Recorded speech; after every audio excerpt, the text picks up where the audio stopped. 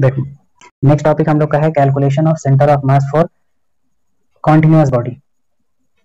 Okay, continuous body कहने का मतलब अभी तक जो भी आप बॉडी पढ़ रहे थे वो डिस्क्रीट मासेस थे, मतलब अलग अलग पॉइंट पर था, पॉइंट मासेस, ठीक ना। अब आपको पढ़ना है कंटिन्यूअस बॉडी के लिए। जैसे मैं पूछूंगा कि इस मार्कर का सेंटर ऑफ मास क्या होगा, तो ये मार्कर अपने आप में एक कंटिन्यूअस बॉडी है, ठीक ना।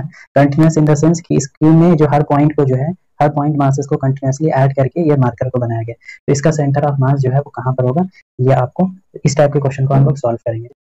इस टॉपिक में हम लोग जो है वो सेंटर ऑफ मास डिस्कस करेंगे। पहले तो हम लोग निकालेंगे सेमी सर्कुलर रिंग का सेंटर ऑफ मास, फिर निकालेंगे सेमी सर्कुलर डिस्क का centre of mass, next solve करेंगे semi centre of mass of cone. Okay, एक सॉलिड कोन का हम लोग सॉल्व करेंगे, ट्रायंगुलर प्लेट के लिए हम लोग सॉल्व करेंगे, कुछ और आगे हम लोग सॉल्व करेंगे जैसे कि सॉलिड स्फीयर का सॉल्व करेंगे, हॉलो स्फीयर का भी सॉल्व करेंगे। ओके, हॉलो हेमिस्फीयर का सॉल्व करेंगे और क्वेश्चन करेंगे, कैविटी के क्वेश्चन को करेंगे और कॉम्बिनेशन के क्वेश्चन करेंगे, तब ये टॉपिक जो है वो कंप्लीट हो जाएगा। और इसमें जो है कुछ इंपॉर्टेंट डेरिवेशन आएंगे, थोड़े जल्दी डेरिवेशन भी आएंगे, तो वो आपको समझना पड़ेगा, ठीक है। मगर सब कुछ स्टार्ट करने से पहले एक टर्म है जिसको कहते हैं मास डेंसिटी, वो क्लियर होना चाहिए, तभी हम लोग आगे बढ़ेंगे। तो टॉपिक है मास डेंसिटी। देखो, मास डेंसिटी का कॉन्सेप्ट ये कहता है कि जो मास का डिस्ट्रीब्यूशन होता है किसी भी बॉडी पर, वो तीन तरीके से होता है, ठीक ना। तीन ही तरीके से जो बॉडी पर मास जो है वो डिस्ट्रीब्यूट हो सकता है। एक हो सकता है उसके लेंथ पर डिस्ट्रीब्यूट हो जाए, ठीक है। एक हो सकता है उसके एरिया पर डिस्ट्रीब्यूट हो सकता है, और थर्ड हो सकता है उसके वॉल्यूम में डिस्ट्रीब्यूट हो सकता है, ठीक है। जैसे मैं कहूँ कि आपके पास ये पेन है, ठीक ना, इस पेन का जो मास है वो कहाँ डिस्ट्रीब्यूट हुआ है, ठीक ना। मेजर जो मास का डिस्ट्रीब्यूशन है वो इसके लेंथ पर हुआ है। अगर आप इसके एरिया ऑफ क्रॉस सेक्शन को निगलेक्ट कर दो और मानो कि ये काफी थिन है, जैसे आपका पेन का रिफिल, पेन का जो रिफिल होता है उसका जो ऑलमोस्ट जो 99% मास होता है वो उसके लेंथ पर डिस्ट्रीब्यूट होता है, ठीक है। अब जैसे मैं पूछूंगा कि इस पेज, ये जो पेज है इसका सेंटर, इसका मास कहाँ डिस्ट्रीब्यूट है, आप कहोगे इसके पूरे एरिया पर डिस्ट्रीब्यूट है क्योंकि इसके पास थिकनेस नहीं है, ठीक है। उसी तरह से अगर मैं पूछूंगा कि इसका सेंटर ऑफ सॉरी इसका जो है, जैसे ये पेपर वेट है, इसका मास कहाँ डिस्ट्रीब्यूट है, तो आप कहोगे इसका पूरा मास जो है इसके वॉल्यूम में डिस्ट्रीब्यूट है। तो मास का डिस्ट्रीब्यूशन जो है वो तीन तरीके से हो सकता है, उसके लेंथ पर, उसके एरिया पर, उसके वॉल्यूम पर। तो इसी के बेसिस पर हम लोग ने मास को तीन पार्ट में डिवाइड कर दिया, मास डिस्ट्रीब्यूशन को। एक को कहा linear mass density lambda, second को कहा सरफेस मास डेंसिटी सिग्मा, और थर्ड को कहा volume mass density rho, lambda sigma और रो, ठीक है। एक एक करके डिस्कस करते हैं। देखो, पहले हम लोग डिस्कस करते हैं linear mass density. Linear mass density कहने का मतलब, मान लो कि आपके पास एक रॉड है, ओके, और ये रॉड जो है वो थिन रॉड है। थिन रॉड कहने का मतलब इसका जो एरिया ऑफ क्रॉस सेक्शन है उसको आप निगलेक्ट कर सकते हो। इसका जो टोटल लेंथ है, मान लो इसका जो टोटल लेंथ है वो एल है, ओके, टोटल लेंथ एल है, और इसका जो टोटल मास है वो एम है, ठीक है। तो मैं कहूंगा इसका जो मास है वो कहाँ डिस्ट्रीब्यूट हुआ है, तो आप कहोगे इसके टोटल लेंथ पर डिस्ट्रीब्यूट हुआ है। इस तरह से एल लेंथ में कितना मास है, एम मास है, एल लेंथ में कितना मास है, टोटल एम मास है। तो यूनिट लेंथ में कितना मास होगा, तो आप कहोगे एम बाई एल, सिंपल सी बात है, ठीक ना। इसी एम बाई एल को हम लोग कहते हैं lambda, that is linear mass density. Lambda is equal to M by L, that is total mass by total length, total mass by total length, okay. Lambda का क्या इंपॉर्टेंस है वो समझो। लैम्डा हम लोग को ये बता रहा है, लैम्डा से हम लोग को ये पता चल रहा है कि यूनिट लेंथ में कितना मास है, लैम्डा मास है। यूनिट लेंथ में जो है आपका लैम्डा केजी या लैम्डा ग्राम जो भी है, लैम्डा यूनिट मास है, ठीक है। ये वही बात हो गई कि आप मार्केट से जाते हैं और आपको पता चल जाता है कि एक एप्पल का रेट जो है वो 5 रुपीज है, ठीक है। वैसे ही है कि एक यूनिट लेंथ का मास कितना है, लैम्डा है। तो अगर मैं पूछूंगा कि इसमें एक छोटा सा मास है, ओके, ये एक छोटा सा लेंथ है dx, तो बताओ dx लेंथ का मास कितना होगा। तो dx लेंथ का, अगर यूनिट लेंथ का मास लैम्डा है तो dx लेंथ का मास हो जाएगा लैम्डा इंटू dx। ये इसका इंपॉर्टेंस है, ठीक है। ये वही इंपॉर्टेंस है कि जैसे आपको एक एप्पल का रेट पता चल गया कि 5 रुपया है, तो 5 एप्पल का रेट कितना होगा, तो सिंपली मल्टीप्लाई कर दिया। उसी तरह से आपको पता चल गया है कि यूनिट लेंथ का जो है मास कितना है, लैम्डा है, तो dx लेंथ का मास कितना होगा, तो lambda into dx, okay, like this. उसी तरह से मैं जल्दी जल्दी बता देता हूँ सभी के लिए। जैसे सेकंड होगा surface charge surface mass density, okay, second surface mass density.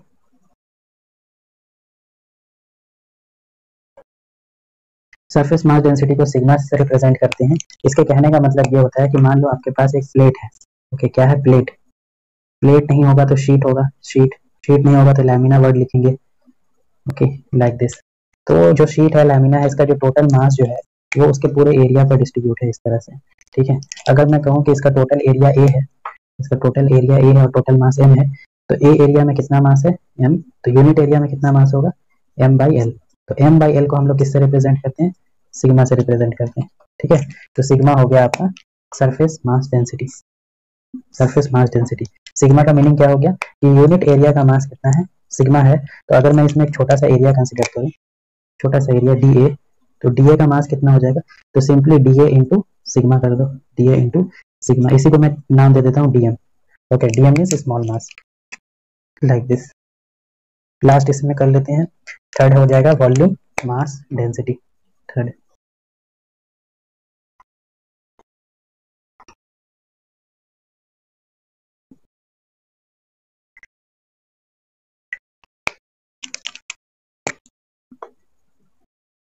देखो वॉल्यूम मास डेंसिटी को हम लोग रो से रिप्रेजेंट करते हैं, और इसका मतलब ये होता है कि मासेस कहाँ डिस्ट्रीब्यूट हैं, पूरे वॉल्यूम में डिस्ट्रीब्यूट है। मान लो ये क्यूब है, ओके, क्यूब में जो मासेस है पूरे वॉल्यूम में डिस्ट्रीब्यूट है।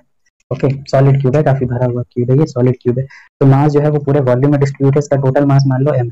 तो मैंने कहा कि v वॉल्यूम में कितना मास है m, तो यूनिट वॉल्यूम में कितना मास होगा m बाई v, इसी m बाई v को हम लोग कहते हैं rho, that is volume mass density. Okay, volume mass density, total mass by total volume, total mass by total volume. Okay, like this. तो इसमें अगर आपको छोटा सा एक वॉल्यूम का मास निकालना है, एक छोटे से वॉल्यूम का मास निकालना है, उसका वॉल्यूम अगर डीवी है तो उसका जो मास हो जाएगा वो डीएम हो जाएगा, और लिखोगे simply rho into DV. Okay, like this. तो ये हो गया आपका कंप्लीट लैम्डा, सिग्मा और रो। क्वेश्चन ये है मेरी तरफ से कि बताओ आप, अगर मैं कहूँ कि मेरे पास एक रिंग है, ओके, रिंग, थिन रिंग, तो थिन रिंग के लिए क्या डिफाइन करोगे आप, लैम्डा डिफाइन होगा या सिग्मा डिफाइन होगा या रो डिफाइन होगा। रिंग, थिन रिंग बनेगा कैसे, ये जो रॉड देख रहे हो इसी को हम लोग बेंड कर देंगे सर्कल में, तो ये बन जाएगा थिन रिंग। ओके, तो थिन रिंग के लिए क्या डिफाइन होगा, लैम्डा डिफाइन होगा, ठीक है। अब चल ये बताओ नेक्स्ट, अगर मैं कहूँ कि मेरे पास एक हॉलो स्फीयर है, हॉलो स्फीयर, इसके लिए क्या डिफाइन करोगे, लैम्डा डिफाइन होगा, सिग्मा या रो, हॉलो स्फीयर के लिए। हॉलो स्फीयर जैसे कि मैं एग्जांपल देता हूँ, मैं कहूँ कि मेरे पास एक फुटबॉल है, ओके, बताओ फुटबॉल का जो मास है वो कहाँ डिस्ट्रीब्यूट है, इसके वॉल्यूम पर, एरिया पर या लेंथ पर। तो स्फीयर के लिए क्या डिफाइन होगा, हॉलो स्फीयर का मतलब क्या हुआ, अंदर से खाली है, तो जो भी मास है उसका किसका, किस चीज का मास है, उसका सरफेस एरिया का मास है, इसीलिए हॉलो स्फीयर के लिए भी क्या डिफाइन होगा, सिग्मा डिफाइन होगा, ठीक है। अगर मैं कहूँ कि मेरे पास हॉलो नहीं सॉलिड स्फीयर है, के अंदर से पूरा भरा हुआ है, सॉलिड स्फीयर, सॉलिड स्फीयर के लिए क्या डिफाइन होगा, लैम्डा, सिग्मा या रो, हाँ रो होगा, ठीक ना। सॉलिड स्फीयर का टोटल मास उसके पूरे वॉल्यूम में डिस्ट्रीब्यूट है, इसलिए इसके लिए रो डिफाइन कर दो, ठीक। तो देखो ये टॉपिक है आपका calculation of centre of mass of continuous body. इससे पहले जो आप कैलकुलेशन कर रहे थे सेंटर ऑफ मास का, वो डिस्क्रीट मासेस का कर रहे थे, मासेस जो है वो डिफरेंट डिफरेंट पॉइंट पर डिस्ट्रीब्यूटेड होता था, और उस कंप्लीट का आप centre of mass find out करते थे। मगर यहाँ पर हम लोग एक कंटीन्यूअस बॉडी की बात करेंगे, कंटीन्यूअस मास की बात करेंगे। जैसे ये जो मार्कर है ये अपने आप में एक कंटीन्यूअस मास है, ठीक ना, मासेस है, कंटिन्यूअसली मासेस को ऐड करके मार्कर को बनाया गया होगा। तो इस मार्कर का सेंटर ऑफ मास कहाँ पर होगा, इस टाइप के क्वेश्चन को हम लोग सॉल्व करेंगे इस टॉपिक में, जिसका नाम है calculation of centre of mass for continuous body और कंटिन्यूअस मासेस, ठीक है। मगर ये जो है कैलकुलेशन स्टार्ट करने से पहले ये फॉर्मूला तो आपको पता है, बेसिक फॉर्मूला जो है सेंटर ऑफ मास का, जो बेसिक फॉर्मूला है position vector of centre of mass का फॉर्मूला था MI/RI, ठीक ना, I start from 1 to n divided by summation MI, ये बेसिक फॉर्मूला है। यही करते थे ना, M1R1 plus M2R2 plus M3R3 dash dash dash like this divided by total mass, तो उसी को शॉर्ट में लिखा गया है वैसे, ठीक ना। अब इसमें जो मासेस जो है आपके वो कंटिन्यूअस है, मतलब एक पार्टिकल के बाद जस्ट दूसरा पार्टिकल है, एक पार्टिकल के बाद जस्ट दूसरा पार्टिकल, दूसरे के बाद जस्ट तीसरा पार्टिकल है। मतलब यहाँ पर आपको ऐड तो करना है नो डाउट, मगर यहाँ पर कंटिन्यूअस ऐड करना है, कंटिन्यूअसली ऐड करने को ही हम लोग कहते हैं इंटीग्रेशन। तो यहाँ पर ये जो आप समेशन वाला साइन देख रहे हो ना, ये हटा दो आप यहाँ से, क्योंकि समेशन का मतलब होता है डिस्क्रीट डेटा को ऐड करना, यहाँ पर कंटिन्यूअसली ऐड करना है एक के बाद दूसरा, तो यहाँ पर समेशन नहीं लगेगा, यहाँ पर इंटीग्रेशन का साइन लगेगा, ठीक है। तो यहाँ पर आप ये यूज करोगे, इस केस में R coordinate of centre of mass अगर आपको फाइंड आउट करना है तो समेशन की जगह लिखो इंटीग्रेशन, ठीक है। मास, एक छोटा सा मास आपको लेना होगा, डीएम बताऊंगा डिटेल में, और इसका position vector R, integration DM, okay. तो ये बेसिक सा फॉर्मूला है जो आप इस टॉपिक में बार बार कंटिन्यू होगा, मतलब इस टॉपिक में इंटीग्रेशन करना पड़ेगा आपको। करना क्या है आपको, ये देखो, ये डीएम क्या है, डीएम ऑफ कोर्स एक छोटा सा मास है, किसका मास है, ये एलिमेंट का मास है, ठीक ना। करना क्या है आपको कि जैसे मैंने पूछा कि इस मार्कर का बताओ सेंटर ऑफ मास कहाँ है, तो मैं कहूंगा कि मैं इसमें एक छोटा सा एलिमेंट लूंगा, उस छोटे से एलिमेंट का centre of mass find out करूंगा कहाँ पर है, ठीक है, और पूरे बॉडी के लिए इंटीग्रेट कर दूंगा, तो मुझको इस पूरे बॉडी का सेंटर ऑफ मास मिल जाएगा। तो कॉन्सेप्ट वही है, एक छोटा सा एलिमेंट लेना, उसका सेंटर ऑफ मास को आइडेंटिफाई करना, उसको उस पूरे बॉडी के लिए इंटीग्रेट कर देना, तो आपको उस बॉडी का सेंटर ऑफ मास मिल जाएगा। तो इस टॉपिक में इंटीग्रेशन का यूज होगा बहुत ज्यादा, ठीक है। मैं आपको स्टेप बता देता हूँ, क्योंकि इसमें हम लोग फाइंड आउट करने वाले हैं centre of mass of ring, ठीक ना। आप कहोगे रिंग का तो पता ही है सेंटर में होता है, ठीक है। मैं कहूंगा रिंग का नहीं, सेमी सर्कुलर रिंग का फाइंड आउट करना है, ठीक है।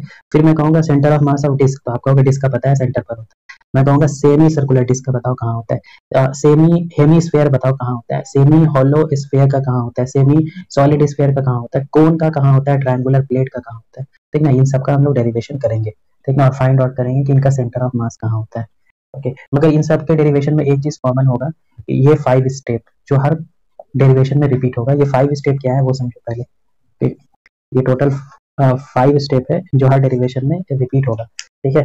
तो पहला जो रिपीटेशन होगा या पहला जो स्टेप है वो ये कहता है कि जिस बॉडी का centre of mass find out करना है उसके लिए आइडेंटिफाई करो कि उसके लिए लैम्डा डिफाइन होगा या सिग्मा डिफाइन होगा या रो डिफाइन होगा, ठीक है। चेक करो कि मासेस का डिस्ट्रीब्यूशन उस बॉडी में कैसा हुआ है। लेंथ पर हुआ है तो लैम्डा डिफाइन कर देना, एरिया पर हुआ है तो सिग्मा, और वॉल्यूम में डिस्ट्रीब्यूट हुआ है मास तो उसके लिए डिफाइन कर देना वॉल्यूम मास डेंसिटी, जिसको कहते हैं रो से रिप्रेजेंट करके। सबसे पहला स्टेप कंप्लीट। सेकंड स्टेप में आपको करना क्या है, और सेकंड ही स्टेप आपका मेन स्टेप है। सेकंड स्टेप में आपको एलिमेंट चूज करना है, ओके। आपको एक एलिमेंट लेना पड़ेगा, छोटा सा एलिमेंट लेना पड़ेगा, ओके। ये एलिमेंट आप सीखोगे कि कैसे लिया जाता है, डिफरेंट डिफरेंट बॉडी में डिफरेंट डिफरेंट तरीके से एलिमेंट लिया जाता है, ठीक है। तो एलिमेंट जो है किसी भी फॉर्म में आपको देखने को मिल सकता है, किसी भी फॉर्म में, मतलब ऐसा मत समझो एलिमेंट हमेशा छोटा सा एक पॉइंट होगा, ऐसा नहीं है, ठीक ना। ये एलिमेंट जो है वो आपको पॉइंट मास के फॉर्म में भी मिल सकता है, ठीक है। ये आपको जो है रिंग के फॉर्म में भी मिल सकता है, ठीक है। ये आपको डिस्क के फॉर्म में भी मिल सकता है, ये आपको हॉलो स्फेयर के फॉर्म में भी मिल सकता है। मतलब समझ रहे हो, इस एलिमेंट का जो है ना डायमेंशन फिक्स नहीं है, किसी भी शेप में आ सकता है, ठीक। और हम लोग डेरिवेशन में देखेंगे, ओके। ये सब रिपीट हो गए, ये कोई ना कोई फॉर्म में आएगा एलिमेंट, ठीक है। कभी पॉइंट मास में आएगा, कभी रिंग के फॉर्म में आएगा, कभी हॉलो स्फेयर के फॉर्म में आएगा। और ये जो आप एलिमेंट लेना सीखोगे ना, ये पूरे फिजिक्स के लिए वैलिड है, पूरे फिजिक्स के लिए वैलिड है। हमेशा एलिमेंट ऐसे ही लेना है, स्टैंडर्ड फॉर्मेट होता है, ठीक है। Second step complete. Third step है कि जो आपने एलिमेंट लिया ना, छोटा सा एलिमेंट किसी भी फॉर्मेट में लिया हो, उस छोटे से एलिमेंट का छोटा सा मास फाइंड आउट कर लेना। उस छोटे से मास का नाम दे दिया डीएम, ठीक है। नेक्स्ट, इस एलिमेंट का आप क्या फाइंड आउट कर लोगे, centre of mass find out कर लेना कि कहाँ पर है इसका सेंटर ऑफ मास, ठीक है। उसके लिए आप इसका एक्स कोऑर्डिनेट, वाई कोऑर्डिनेट और Z coordinate that is find out कर लेना, ठीक है। लास्ट स्टेप क्या है, फॉर्मूला यूज कर लेना, ये, ठीक है। ये फॉर्मूला है आपका। अगर आपको X coordinate of centre of mass चाहिए तो इंटीग्रेशन यहाँ पर डीएम लिखना और ये एक्स कोऑर्डिनेट लिखना, ओके, इंटीग्रेशन डीएम। उसी तरह से अगर आपको Y coordinate of centre of mass चाहिए पूरे बॉडी का तो इंटीग्रेशन यहाँ पर डीएम लिखना और क्या लिखना इसका Y coordinate, Y integration DM, okay. उसी तरह से अगर आपको Z coordinate of complete body find out करना होगा तो इंटीग्रेशन कर देना, पता है आपको क्या लिखना है, यहाँ पर डीएम लिखना है और इसका जेड कोऑर्डिनेट कितना है जेड, और divided by integration DM, like this. ये वो 5 स्टेप है जो आपको रिपीट करना है और आंसर आ जाएगा, ठीक है। और मैं इस चीज को, ये 5 स्टेप आपको याद कराने के लिए, ओके, यह कैसे अप्लाई करते हैं उसके लिए मैं एक बहुत ही सिंपल सा एग्जांपल लूंगा जो आप आंसर जो है जिसका ओरली दे पाओगे, ठीक ना। अगर मैं आपसे पूछूं कि मेरे पास एक थिन रॉड है, थिन यूनिफॉर्म रॉड है, ओके, एक थिन यूनिफॉर्म रॉड है, तो बताओ इसका सेंटर ऑफ मास कहाँ पर है, इस थिन यूनिफॉर्म रॉड का सेंटर ऑफ मास कहाँ पर है। अगर इसका मास जो है वो m है और लेंथ जो है वो l है, ओके। मतलब फिगर ये है इसका कि ये अगर एक रॉड है, ठीक है, और इस रॉड का सेंटर ऑफ मास कहाँ है, तो उतना पूछने की मुझको जरूरत नहीं है, आपको पता है कि इसका सेंटर ऑफ मास जो इसके मिडिल में, ओके, इसका मास m है और लेंथ जो है l है, तो फाइंड आउट करने की जरूरत नहीं, बिल्कुल मिडिल में, ठीक है। मगर फिर भी मैं हम इसका centre of mass find out करेंगे बाय दिस मेथड, बाय ये मेथड को रिपीट करके, इस स्टेप को रिपीट करके हम लोग फाइंड आउट करेंगे। आंसर हम लोग को पता है l/2 पर है, l/2 पर, फिर भी हम लोग ये रिपीट करेंगे क्योंकि इसके बाद मैं आपसे क्वेश्चन पूछूंगा, उसमें वो डेरिवेशन काम आएगा जो अभी आप करने वाले, ठीक ना। ऑफकोर्स ये क्वेश्चन आपसे कभी नहीं पूछा जाएगा, मगर इससे रिलेटेड एक क्वेश्चन है जो आपसे पूछा गया था, इसलिए मैं आपको पहले ये क्वेश्चन कराऊंगा। फर्स्ट स्टेप क्या कहता है कि इस रॉड के लिए डिफाइन करो लैम्डा सिग्मा या रो। तो सिंपल सी बात है, क्या लिखा हुआ, थिन यूनिफॉर्म रॉड लिखा हुआ है। थिन मतलब इसके पास सिर्फ और सिर्फ लेंथ है, यूनिफॉर्म कहने का मतलब मासेस का डिस्ट्रीब्यूशन यूनिफॉर्म है, मतलब हर जगह मास जो है एक जैसा है, ठीक है। जैसे ये पेज है, इस पेज का जो मास है पूरे डिस्ट्रीब्यूटेड है एरिया पर, मगर यूनिफॉर्मली डिस्ट्रीब्यूटेड है, एक जैसा, कहीं पर ज्यादा है कहीं पर कम नहीं है। तो थिन यूनिफॉर्म रॉड के लिए ऑफ कोर्स लैम्डा डिफाइन होगा, तो लैम्डा डिफाइन कर दो, lambda is equal to mass, total mass by total length. First step complete, ठीक। सेकंड स्टेप क्या कहता है, एलिमेंट लेना है आपको, अब सीखो आप। First step complete, second step, rod में एलिमेंट कैसे लेते हैं, जैसे मैं बोलूंगा वैसे इसी लैंग्वेज में आपको याद कर लेना। रॉड में जब भी आपको एलिमेंट लेना हो, यहाँ नहीं पूरे फिजिक्स में, जब भी रॉड में एलिमेंट लेना होगा, एक्स डिस्टेंस पर जा करके छोटा सा एलिमेंट ले लेना dx, ओके, ऐसे याद करो। एक्स पर जाकर के dx, एक्स पर जाकर के dx, एक्स पर जाकर के dx लेंथ का एक छोटा सा एलिमेंट ले, एक्स डिस्टेंस पर गए, वहां पर एक छोटा सा एलिमेंट लिया जिसका जिसका विड्थ जो है, लेंथ जो है वो कितना है dx है, एक्स पर जाकर के dx, ये लैंग्वेज याद रखो, एक फिक्स है, स्टैंडर्ड है ये। एलिमेंट ले लिया, सेकंड स्टेप कंप्लीट, किस फॉर्म में आया, पॉइंट फॉर्म में, ठीक है। थर्ड स्टेप है इस छोटे से एलिमेंट का छोटा सा मास फाइंड आउट करो dm, तो आपको बहुत ईजी है, यूनिट लेंथ का मास लैम्डा है तो dx लेंथ का मास कितना हो जाएगा, lambda into dx। Third step complete. Fourth step कहता है कि इसका सेंटर ऑफ मास कहाँ पर है बताओ, ठीक है। Fourth step, centre of mass of this element, simple सी बात है, ये अगर ऑरिजिन है तो इसका कोऑर्डिनेट कितना हो जाएगा, x, 0, 0, ठीक है। ये अगर ऑरिजिन मान रहे हो यहाँ पे, ठीक है, यहाँ पर एक्सिस ड्रॉ करके ये ऑरिजिन मान रहे, लिख लेता हूँ 0, 0, तो इसका कोऑर्डिनेट भी फाइंड आउट हो गया। ठीक, लास्ट स्टेप क्या कहता है, X coordinate, Y coordinate, Z, ये दोनों डिफाइन करने की जरूरत नहीं है, 0, 0 है, सिर्फ एक्स कोऑर्डिनेट डिफाइन कर लो, x coordinate of centre of mass is equal to integration dm, x coordinate लिखो x ही है, इंटीग्रेशन dm। ओके, लिमिट, सबसे बड़ी बात है इसमें लिमिट समझिए, लिमिट कहाँ से कहाँ होगा, मुझको ये बताओ, ये एलिमेंट आप कहाँ पर ले सकते थे और कहाँ तक ले सकते थे, ये एलिमेंट आप यहाँ ले सकते थे, यहाँ पर, इससे बाहर थोड़ी लेते आप, यहाँ ले सकते थे, नहीं तो यहाँ ले सकते थे मैक्सिमम। तो लिमिट क्या हो गया, जब आप यहाँ लेते तो आपका x का वैल्यू 0 हो जाता, जब आप यहाँ लेते तो x का वैल्यू आपका l के इक्वल हो जाता, तो लिमिट होगा 0 से l, 0 से l, ठीक है, समझ में आ गया।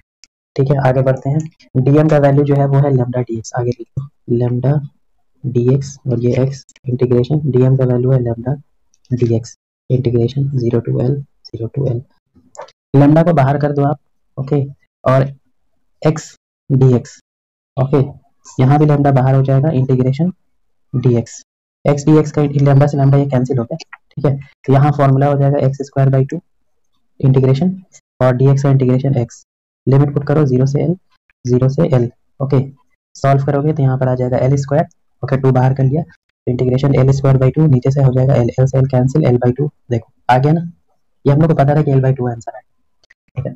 मैं आपको सिखलाना चाह रहा था कि ये फॉर्मूला स्टेप कैसे यूज करते हैं 1 बाई 1, ठीक है। अब क्वेश्चन जो रियल में पूछा गया था वो क्या था, रियल में आपसे क्वेश्चन जो है वो ये पूछा गया था, स्टैंडर्ड क्वेश्चन है, वो कह रहा है कि किसी रॉड के लिए, किसी एक थिन रॉड के लिए, थिन रॉड के लिए जिसका मास m है और लेंथ l है, ठीक है, टोटल मास m, टोटल लेंथ l है, तो उसके लिए जो लैम्डा डिफाइन किया गया वो ऐसे डिफाइन किया गया, lambda is equal to lambda naught x, lambda naught x, मतलब यहाँ पर जो आपका रॉड है वो यूनिफॉर्म नहीं है, नॉन यूनिफॉर्म है, यहाँ पर जो आपका रॉड है वो, उसमें जो मास का डिस्ट्रीब्यूशन हुआ है वो नॉन यूनिफॉर्मली डिस्ट्रीब्यूट हुआ है मास, ठीक है। कैसे आपने पहचाना, क्योंकि आपका जो लैम्डा है जो ये कहता है कि यूनिट एरिया का मास, ये जो सॉरी लैम्डा क्या कहता है, यूनिट लेंथ का मास, यूनिट लेंथ का मास जो है इस बात पर डिपेंड कर रहा है कि x क्या है, ठीक ना, मतलब x के डिफरेंट डिफरेंट वैल्यू पर लैम्डा का डिफरेंट डिफरेंट वैल्यू आएगा, इसका मतलब आपका जो मास का डिस्ट्रीब्यूशन है वो यूनिफॉर्म नहीं है। देखो ये रॉड जो है, मान लो ये आपका रॉड है, ठीक है, ये रॉड है इसका, और इसका जो लेंथ है, ये मास m है और लेंथ l है, ठीक है, और ये जो x है वो कोई भी डिस्टेंस है फ्रॉम ऑरिजिन, x क्या होता है, डिस्टेंस फ्रॉम ऑरिजिन, ये रहा, ठीक है, ये x है, तो ये कह रहा है कि आपका जो लैम्डा है वो लैम्डा नॉट x के इक्वल, इसका मतलब जैसे समझे, जैसे जैसे आप ऑरिजिन से आगे बढ़ोगे आपका x का वैल्यू बढ़ेगा, ठीक ना, जैसे जैसे ऑरिजिन से आगे बढ़ोगे x का वैल्यू बढ़ेगा, तो लैम्डा बढ़ेगा आपका, लैम्डा बढ़ने का मतलब समझ रहे हो, यूनिट एरिया, यूनिट लेंथ का मास बढ़ेगा, मतलब मास जो है वो धीरे धीरे धीरे धीरे इंक्रीज होगा जैसे जैसे आप ऑरिजिन से आगे बढ़ रहे हो, तो यहाँ पर जो मास का डिस्ट्रीब्यूशन हुआ है वो यूनिफॉर्म नहीं है, वो यूनिफॉर्म नहीं है, ठीक ना, और अच्छे से समझोगे तो मास जो है वो धीरे धीरे जब आप रॉड में आगे बढ़ रहे हो तो मास बढ़ रहा है, तो इसका सेंटर ऑफ मास कहाँ पर होगा ये बता रहे हैं, सिंपल सी बात है, मिडिल में तो बिल्कुल नहीं होगा, मिडिल में बिल्कुल नहीं होगा, ठीक ना। अब आपको ये बताना है मिडिल से पहले होगा या मिडिल के बाद होगा, फिर तो हम लोग सॉल्व करेंगे, एग्जैक्ट आंसर निकालेंगे। मैंने आपको कुछ बताया था एक कॉन्सेप्ट, उस कॉन्सेप्ट का यूज करके आंसर बताओ, मिडिल से आगे होगा या मिडिल से, इस पार्टिकुलर क्वेश्चन के लिए, तो इसको एक्सप्लेन कर देता हूँ।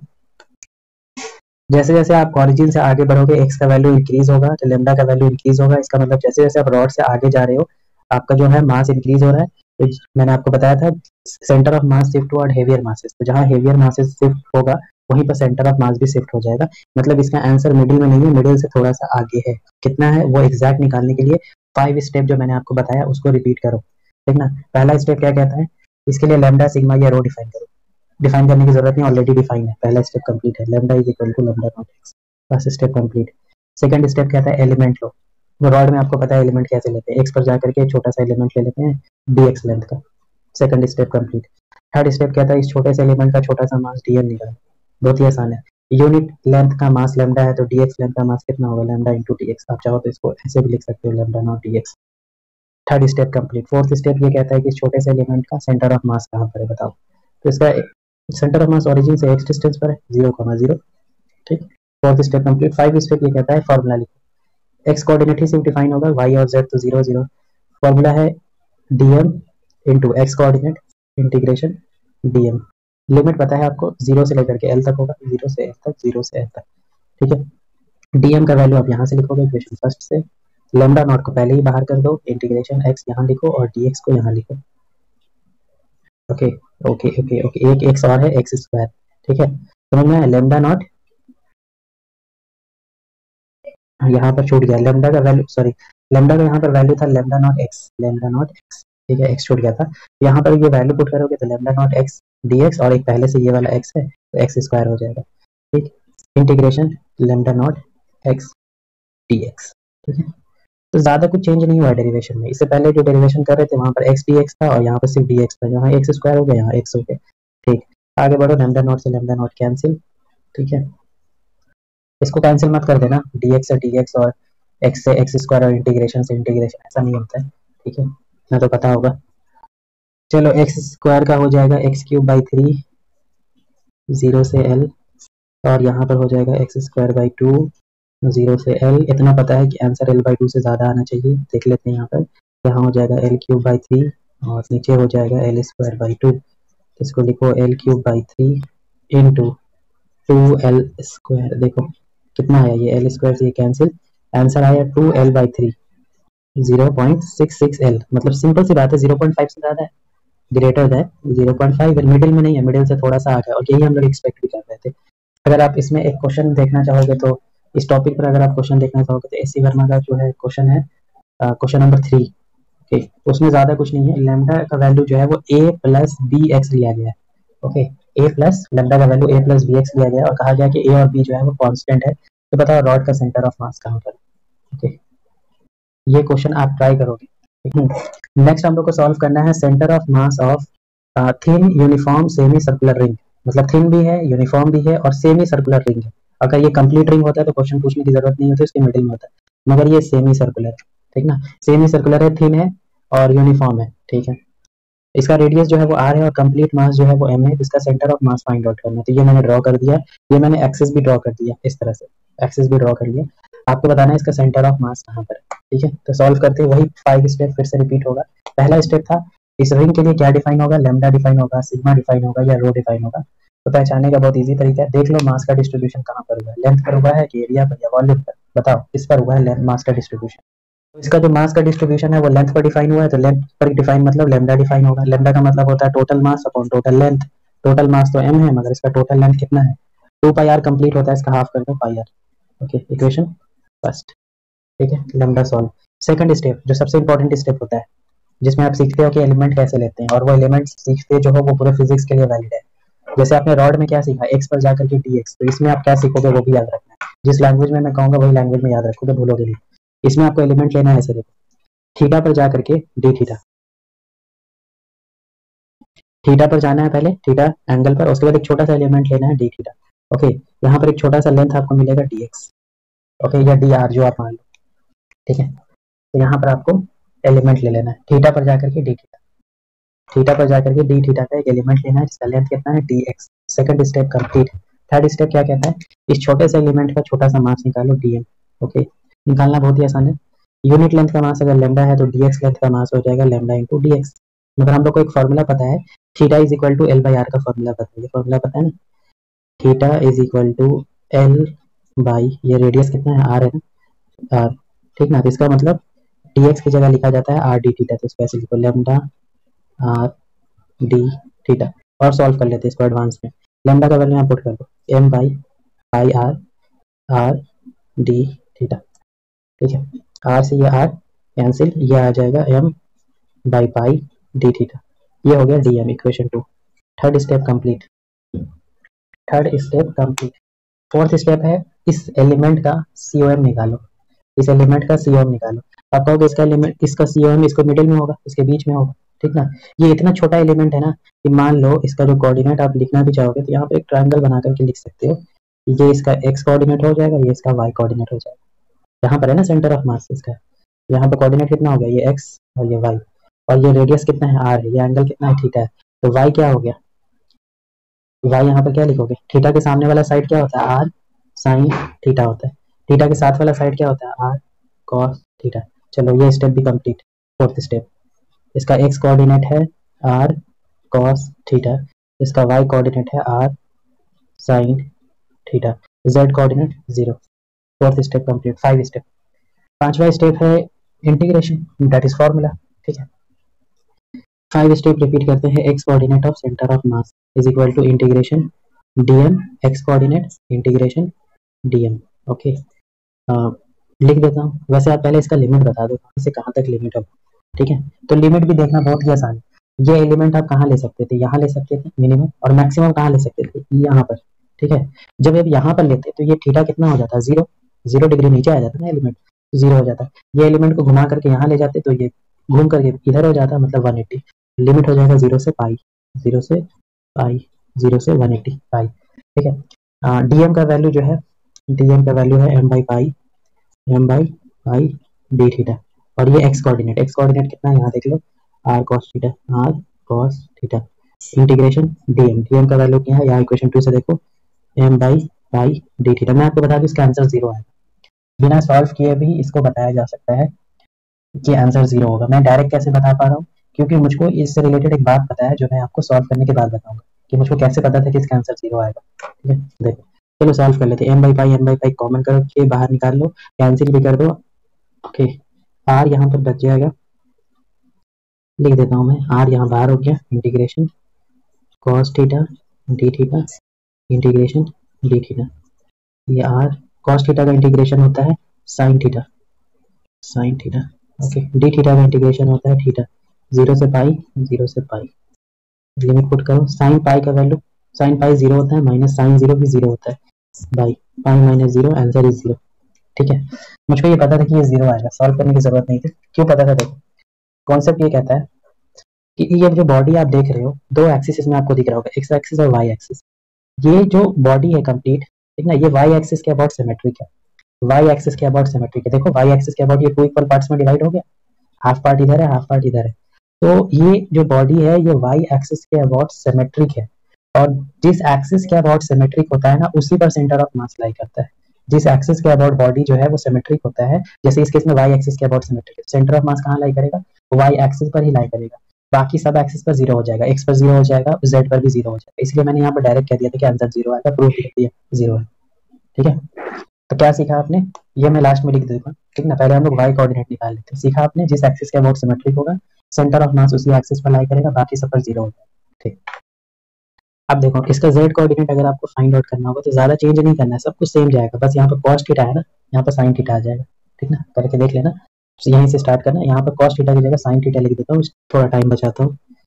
ओके, यहाँ पर r इंटीग्रेशन, यहाँ पर लिखना पड़ेगा sin theta D theta, integration D theta. Sine theta का इंटीग्रेशन हो जाता है माइनस कॉस थीटा, माइनस मैंने बाहर कर लिया क्योंकि ये कंफ्यूज करता है बहुत, 0 से पाई, और ये इंटीग्रेशन डी थीटा का इंटीग्रेशन थीटा 0 से पाई। ठीक है, ये माइनस कॉस 180 का वैल्यू होता है -1, माइनस कॉस 0 का वैल्यू होता है 1। ओके, और ये हो गया पाई माइनस 0, ये -2 हो गया, तो ये +2 हो गया, 2r by pi, 2r by pi Y coordinate.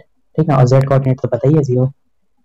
ठीक है, तो इसका सेंटर ऑफ मास कहाँ पर आया, इसका सेंटर ऑफ मास आया है 0, 2r बाई पाई, 0। मतलब इसका मतलब ये हो गया, इसका सेंटर ऑफ मास जो है, इसका सेंटर ऑफ मास जो है वो ओरिजिन से ज्यादा नहीं 2r बाई पाई ऊपर है, यहाँ पर 2r बाई पाई। ठीक है, आंसर क्या याद रखोगे, in case of thin uniform semi circular ring, centre of mass is at a height of 2r by pi from base. Okay, from base या फ्रॉम मिडिल, हम लोग बेस ही वर्ड यूज करते हैं, याद रहेगा। ये मिडिल से इतना हाइट ऊपर है, ठीक ना, यहाँ से नहीं लेना, ऊपर से, नीचे से, यहाँ से बेस से 2r by pi height.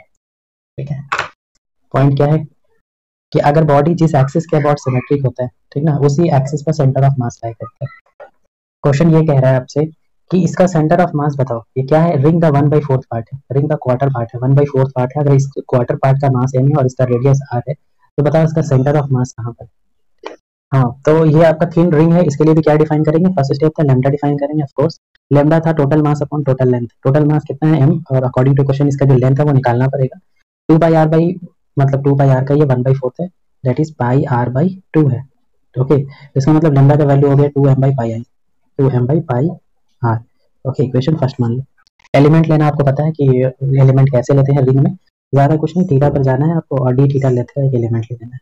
Okay, ये डी थीटा, ठीक है, ये एलिमेंट आपने ले लिया dx, dx का वैल्यू मैं डायरेक्ट लिख देता हूँ आर डी थीटा, ये सब हम लोग ने किया हुआ है इसलिए थोड़ा फास्ट करेंगे। ठीक, डीएम मास क्या हो जाएगा, तो lambda into D x, lambda का वैल्यू है 2m/पाई आर। ओके, और dx का वैल्यू क्या है, आर डी थीटा, आर से आर ये कैंसिल, डीएम का वैल्यू आ रहा है 2m/पाई इंटू डी थीटा, इक्वेशन 2। ठीक, थर्ड स्टेप है इसका कोऑर्डिनेट लिखना, कोऑर्डिनेट मैंने आपको बता दिया था क्या आता है इसका, एक्स कोऑर्डिनेट आता है आर कॉस थीटा, और वाई कोऑर्डिनेट आता है आर साइन थीटा, और जेड कोऑर्डिनेट आता है 0। ठीक, और नेक्स्ट स्टेप जो है वो है फॉर्मूला लिखना। तो उससे पहले आप ये चेक कर लो क्या इसके लिए एक्स भी डिफाइन होगा, वाई भी डिफाइन होगा और जेड भी डिफाइन होगा, यानी वैसे जेड डिफाइन नहीं होगा, जेड तो 0 है, एक्स और वाई दोनों डिफाइन होगा। चेक कर लो क्या ये फिगर सिमेट्रिक है किसी एक्सिस के अबाउट, अगर किसी एक्सिस के अबाउट सिमेट्रिक है तो उसी एक्सिस पर लाई करेगा, बाकी सब पर 0 हो जाएगा। क्या ये एक्स के अबाउट सिमेट्रिक है, तो आप कहोगे नहीं, क्योंकि एक्स के एक्सिस के अबाउट ये दो पार्ट में कहाँ डिवाइड हुआ है, सारा पार्ट तो एक्स एक्सिस के ऊपर ही है, नीचे कहाँ है इसके, एक्स एक्सिस के अबाउट सिमेट्रिक नहीं। वाई एक्सिस के अबाउट सिमेट्रिक है, बिल्कुल नहीं, वाई एक्सिस की इधर लाई कर रहा है, राइट में, लेफ्ट में कोई लाई नहीं कर रहा, इसके लिए एक्स भी डिफाइन होगा, वाई भी डिफाइन होगा, क्योंकि ये ना तो ये एक्स के अबाउट सिमेट्रिक है, ना ही वाई के अबाउट सिमेट्रिक है। ठीक है, पहले हम लोग एक्स के लिए डिफाइन कर लेते हैं, फॉर्मूला है integration DM X coordinate, X coordinate कितना है R cos theta, integration DM, limit में भी टेंशन नहीं है, यहाँ एलिमेंट लोगे तो 0 डिग्री, यहाँ एलिमेंट लोगे तो 90 डिग्री, तो लिमिट हो गया 0 से 90 डिग्री, 0 से पाई बाई 2। डीएम का वैल्यू इक्वेशन 2 से लिख लो, 2m/पाई, कॉमन आर भी बाहर हो गया, कांस्टेंट है, अंदर बचा सिर्फ कॉस थीटा और ये यहाँ का इसका थीटा। ठीक है, ओके, डीएम का वैल्यू 2m/पाई, कांस्टेंट बाहर, अंदर बचेगा सिर्फ डी थीटा, लिमिट 0 से 90 डिग्री, 2m/पाई कैंसिल। ठीक, कॉस थीटा का इंटीग्रेशन होता है साइन थीटा। ओके, तो साइन थीटा 0 से 90 डिग्री, पाई बाई 2, और डी थीटा का थीटा 0 से पाई बाई 2, सॉल्व कर लो। आर साइन 90 होता है 1, साइन 90 1 ही हो गया। ओके, यहाँ पर 1 ही लिख दो, और यहाँ पर हो जाएगा पाई बाई 2, तो आंसर आया 2r/पाई एक्स कोऑर्डिनेट। ठीक है, सिमिलरली हम लोग वाई कोऑर्डिनेट सॉल्व करेंगे, वाई कोऑर्डिनेट में ज्यादा चेंज नहीं करना है, यहाँ पर कॉस थीटा दिख रहा है ना, साइन थीटा का, बाकी सब सेम है।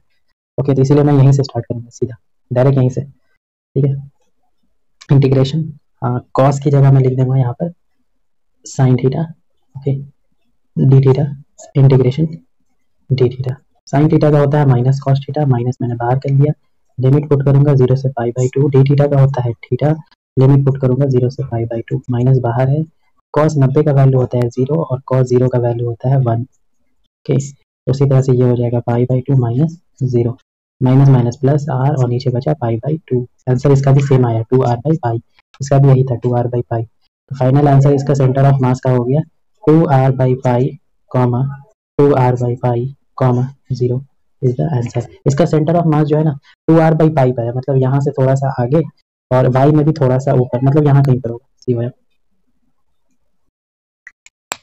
ओके, तो ये इसका एप्लीकेशन हो गया। तो इससे पहले मैंने टॉपिक पढ़ाया centre of mass of thin uniform semi circular ring, ये उसका एप्लीकेशन है। ठीक है, अब हम लोग सॉल्व करेंगे centre of mass of semicircular uniform disc.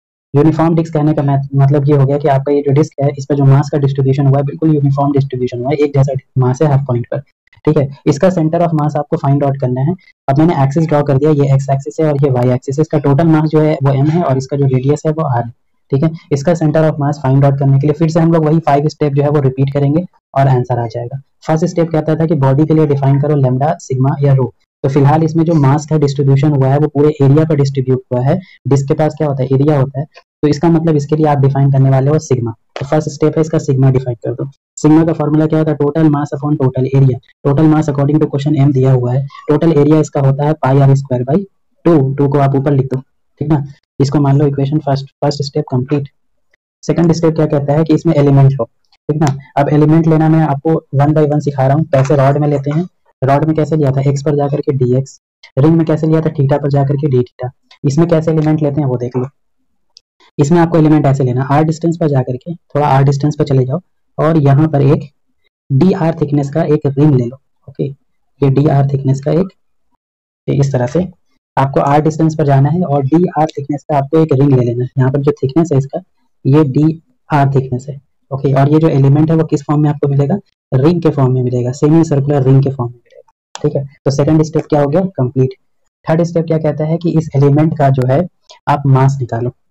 इस एलिमेंट का, इस छोटे से एलिमेंट का छोटा सा मास है डीएम, और डीएम का वैल्यू अगर आपको फाइंड आउट करना है तो बहुत इजी है, सिग्मा इनटू इसका एरिया कितना होगा सेमी सर्कुलर रिंग का। तो यहाँ पर आप देखो, एरिया का मतलब होता है लेंथ इनटू ब्रेथ। यहाँ पर लेंथ, इसका इनर लेंथ देखो कितना है, इनर लेंथ, इसका इनर लेंथ जो है वो पाई आर है। ठीक है, अगर मैं इसके इनर लेंथ में इसका विड्थ को मल्टीप्लाई कर दूं, दैट इज डी आर को मल्टीप्लाई कर दूं, तो ये कंप्लीट पार्ट मुझको क्या दे देगा, एरिया दे देगा। किसका एरिया, रिंग का एरिया। ठीक है, तो मैंने सेकंड स्टेप भी कंप्लीट कर लिया। आप चाहो तो इसको और सॉल्व कर सकते हो। इक्वेशन फर्स्ट से सिग्मा का वैल्यू है 2m by pi are. Okay, यहाँ पर पाई आर डी आर, ज्यादा कुछ कैंसिल नहीं हो रहा, पाई पाई कैंसिल हुआ से, तो डीएम का जो वैल्यू आया है वो 2m small R D R divided by R. Small R जो है वो रिंग का रेडियस है, कैपिटल आर जो है वो डिस्क का रेडियस है। इसको मान लो equation 2। Third step complete. Fourth step क्या कहता है कि ये जो आपने एलिमेंट लिया है इसका सेंटर ऑफ मास का कोऑर्डिनेट बताओ, कोऑर्डिनेट ऑफ सेंटर ऑफ मास। ठीक है, अब रिंग के लिए हम लोग ने ऑलरेडी पढ़ लिया है। रिंग के लिए हम लोग ने क्या पढ़ा है, रिंग का जो सेंटर ऑफ मास होता है उसके बेस से कितने हाइट पर होता है, 2r बाई पाई हाइट पर होता है, 2r बाई पाई हाइट पर होता है। इसका मतलब इसका जो x कोऑर्डिनेट है वो तो 0 है, y कोऑर्डिनेट है 2 स्मॉल r और पाई, और z कोऑर्डिनेट कितना है 0। फोर्थ स्टेप भी हो गया कंप्लीट। फाइव स्टेप कहता है कि फॉर्मूला, इसका फॉर्मूला यूज करो। तो x में लिखने की जरूरत नहीं है, y में z में लिखने की जरूरत नहीं है, सिर्फ y कोऑर्डिनेट हम लोग डिफाइन करेंगे। y coordinate of centre of mass का फॉर्मूला है इंटीग्रेशन dm, y कोऑर्डिनेट लिखो यहाँ पर। ठीक है, y coordinate 2r by pi divided by integration dm। ठीक, बस इसका लिमिट देख लो कैसे पुट करोगे। यहाँ पर जो लिमिट है, ये जो रिंग है इसका रेडियस जो है वो r है। ओके, इसका रेडियस r है, ये वैरी कर रहा है। इसका मिनिमम रेडियस कितना हो सकता है 0, और मैक्सिमम रेडियस कितना हो सकता है r। इसका लिमिट जो हो जाएगा वो 0 से कैपिटल R हो जाएगा, 0 से कैपिटल R। ठीक, सबसे छोटा रिंग का रेडियस कितना बन सकता था 0, और सबसे बड़ा रिंग का रेडियस क्या हो सकता था, इस डिस्क के रेडियस के बराबर हो सकता था, इसीलिए 0 से R। ठीक है, फर्दर अब इसको सॉल्व कर लेते हैं। अब बस इंटीग्रेशन सॉल्व करना है, कैलकुलेशन करना है, और जो आंसर आएगा वो आप याद कर लोगे। ठीक है, फर्दर सॉल्व करते हैं। डीएम का वैल्यू इक्वेशन 2 से पुट कर दो। डीएम का वैल्यू है इक्वेशन 2 से 2m बाई आर। ठीक है, 2m बाई आर, ये r डी आर, ये हो गया डीएम का वैल्यू, और ये पहले से 2r बाई पाई है। इसका लिमिट है 0 से r divided by integration DM. DM का वैल्यू इक्वेशन 2 से 2m by R into R D are.